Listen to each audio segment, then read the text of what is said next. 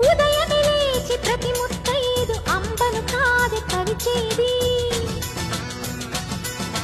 తన మదిలోని కలకలనన్ని అమ్మలకేగ తెలిపేది